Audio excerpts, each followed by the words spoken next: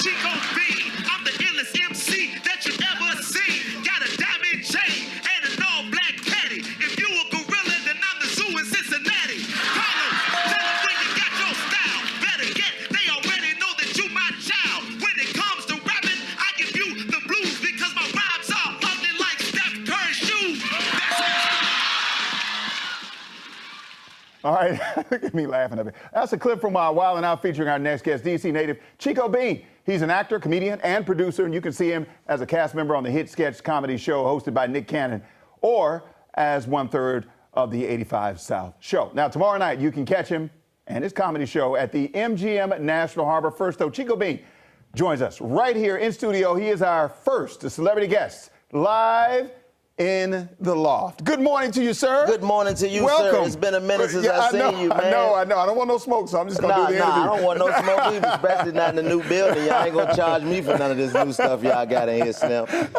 How is it being back out? You know, we're going through this pandemic. Yes, sir. And everything. So how is it being back out entertaining the masses and groups of people now? It's unique. You know, everything has changed. You know what I mean? It's kind of different when you're doing comedy for people with masks on, right. You know what I mean? Because you have to really go for the expressions, you know what I mean? And now you kind of taken away from that, but it's lax now. When I first started in January, I didn't do any shows in 2020. And then I started in January in Texas, and one lady had on 2 masks and a visor. I was like, you better not sneeze, you're gonna kill yourself.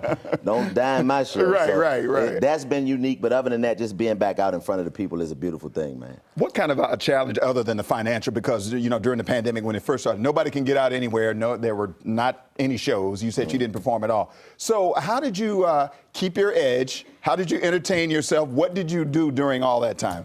Well, that's just it. Entertain myself. You know what I mean? Like, I knew it was time for me to get out the house, though. Like, when I put my jewelry on and take the trash out, I was like, you know what? It's time for me to get out of here. But, you know, really it just was, you know, it was a blessing to have the foundation that we had with the 85 South show, because we were able to still record, and, you know, it caused people to kind of venture back in the house.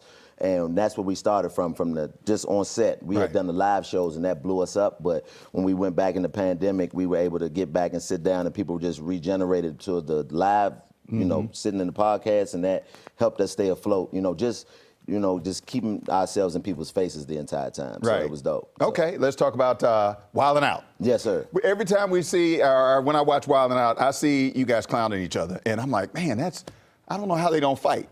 No, really? I don't know how it doesn't get. Would you fight? Like, no, I'm not a fighter. I'm a lover, not a fighter. I mean, but still, like if somebody was to clown you. I'm just, no. You'd be able to take it. Yeah, so I'd have to take it. That same mentality, you know what I mean? You're not going to mess the money up, man. No matter what none of these lovely ladies say to you on this set, you ain't going to get up and flip the couch over, because your check might be messed up. My check will be definitely messed up. But we love it, you know, that's really the thing. And you know, you take somebody like Nick, for example. Nick is Nick Cannon presents Wild 'N Out, and if he can take the jokes, then who are we not to be able to take them? So, you know, and it's like comedy camp, you know what I mean? It's fun for us. We're all comedians. You have more of the problem comes with the celebrity guests come in and they not really willing to be talked about. Really? Yeah, that's a problem. But that can be a problem. But now we're at a point in the show where, you know, the veteran people that you see, a lot of us that you see on that picture behind you, we can care less. You're just going to have to be mad at us.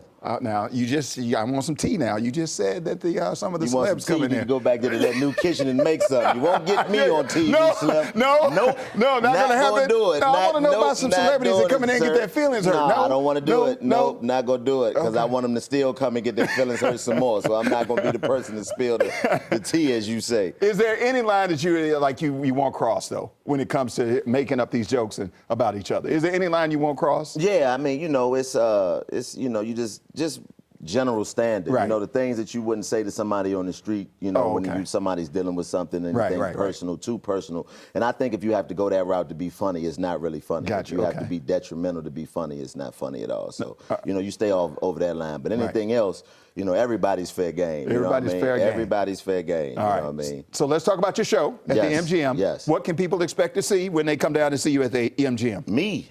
I'm going to be there, which is the shocker.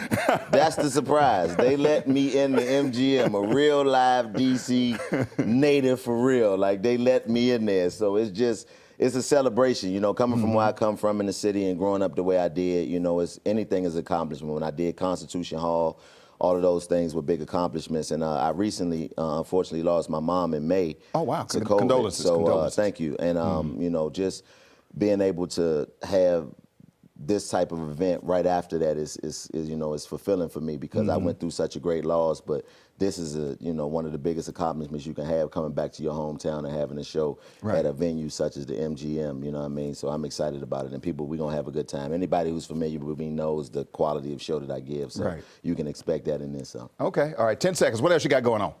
Actually, this Friday, I am on a show with Charlamagne the God called The God's Honest Truth. It's on Comedy Central. Yep, I saw the commercial. The same day as the show. I'm on that show, so make sure you tune in and watch that. Keep watching Wildin' Out, the 85 South Show, all that good stuff. So, you know, we in here. You should have let me do the read out. I see the ladies ready. Wait a minute. Okay, wait, let's see.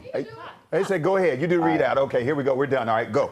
Time for some lights, camera, McCarthy. This morning is talking to a megastar and rising star in Hollywood. Up first, it's a film, Hot of the West. Who wrote this?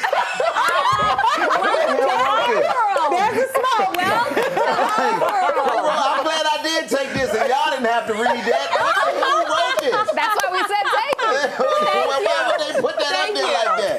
They hot of the. Don't switch it now. You gonna make it look like I can't read in front of my family?